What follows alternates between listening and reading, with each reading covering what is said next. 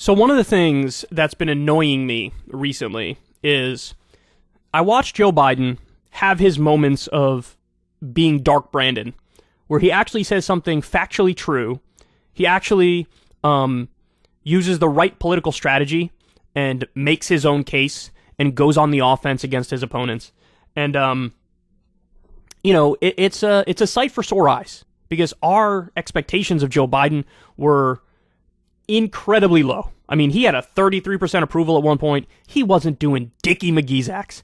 He was sitting on his ass all day, half asleep when his Adderall was wearing off. But had a string of some legislative victories. Student loan debt reduction is just one example. PACT Act to healthcare for veterans who are victims of toxic burn pits. 15% corporate minimum tax rate. That's in the IRA. List goes on and on. You guys know the list. We've gone through it 1,000 times. We don't need to go through it right here. And so he goes out and gives a speech. And the problem with the speech is it wasn't specific enough. He talked about, look, there's a threat to democracy. It's real. And people need to understand this is serious. That was the gist of the speech. I didn't like that he didn't say, here's exactly what the threats are. Here's what Trump said the other day on Truth Social. Here's how they're trying to overturn the election. Here's what this Republican says. A majority of Americans now have at least one person on the ballot that's trying to overthrow the election. So lack of specifics was my issue. My issue was not, your tone, good sir. You're being too divisive and hate speech. Fuck your civility politics. Shove it up your ass. And by the way, a lot of the claims these people made wasn't even true. This idea that he was totally unnuanced and he hates half the country. Well, now we get a specific story on this front. So this is in Mediaite. Fox News anchor declares Biden, quote, hates at least half of America. All right, let's see. I think it's Harris Faulkner who makes this claim. Let's watch. Families don't want closure. They want justice. American government's not giving it to them, and that's sad. Yeah. I know that I can't speak for every military family out there, but I'll speak for mine. I am truly sorry to all of them that we, as a sovereign nation, can't continue to act like one. Mm-hmm. That's the second time this hour that I have said that. Mm-hmm. It's about the border. It's about this issue. If we don't know what justice looks like when Americans are killed, are we then, Lily, you put it so beautifully, are we then really a sovereign nation? Mm-hmm. Do we really, really love the citizens of this great nation? We have a president who hates at least half of them. How do we know? Because he keeps telling us. Right. This is a lie. This is a lie, and she knows it's a lie. I will prove to you that it's a lie. Oh, this president hates at least half the country. Well, let's see what Biden really said that she's referring to. Donald Trump and the MAGA Republicans represent an extremism that threatens the very foundations of our republic. Now, I want to be very clear up front. Not every Republican, not even the majority of Republicans are MAGA Republicans. Do I need to run that back for you? Do you have a fucking cinder block where your head is supposed to be? He was as nuanced can be. In fact, if anything, he's a little bit too soft.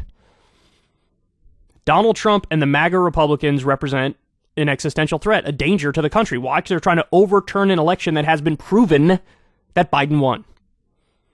And he says not even a majority of Republicans are the problem. Now, compare that to what she said. Biden hates at least half of America. Well, if the Republican Party makes up, let's just say for argument's sake, 50% of the country. And he's saying not even half of Republicans. Well, that would be less than 25% of the country. And the fact of the matter is, it's actually much less than that because, only like half the country votes, right? So you're talking about 15%, something like that of the country. And it's accurate to say that. It's accurate. Don't give me this bullshit. Oh, you're being so mean to people who actively want fascism and believe that the Democrats are running a, child pedophile ring from the basement of a pizza parlor. Don't be so mean to them. They have feelings too. Shut the fuck up. Shut up. Now, by the way, she mentioned something else there at the beginning. In fact, here, I'll run it back for you and I'll play it for you because I find this astonishing. Listen. Families don't want closure. They want justice. American government's not giving it to them, and that's sad. Yeah. I know that I can't speak for every military family out there, but I'll speak for mine. I am truly sorry to all of them that we, as a sovereign nation, can't continue to act like one. virtues. I'm so sorry to our military members. This is what's called a virtue signal. Now let me ask you a question. If there was ever a time to react like this, when was it? July 29th, 2022. Republicans reject spending bill for veterans exposed to burn pits, toxins. You guys remember this? This is the PACT Act. This is, let's give health care to our veterans who were poisoned by toxic burn pits. You know, Biden's son likely died because he got cancer from breathing in the burn pit fumes. You're apologizing because of a speech that hurt people's fifis? Is that what you're apologizing? You weren't apologizing when their health care got slapped down by Republicans who said, fuck the veterans, fuck those toxic burn pits. We're against them getting health care for it. Now, what did it take? It took Jon Stewart going around the country crusading, calling out these Republicans, calling them liars to their faces because they are liars. That's what it took. That's what it took. And what's she doing? She's apologizing. Not because of this, but because Biden something, you know, my feelings are hurt, people's feelings are hurt. This is fucking such low-level propaganda, it's ridiculous. That's the second time this hour that I have said that. It's about the border. It's about this issue. If we don't know what justice looks like when Americans are killed, are we then, Lily, you put it so beautifully, are we then really a sovereign nation? Do we really, really love the citizens of this great nation? We have a president who hates at least half of them. How do we know? Because he keeps telling us. Right. You guys are the divisive ones as you pretend like it's Biden and like it's the left.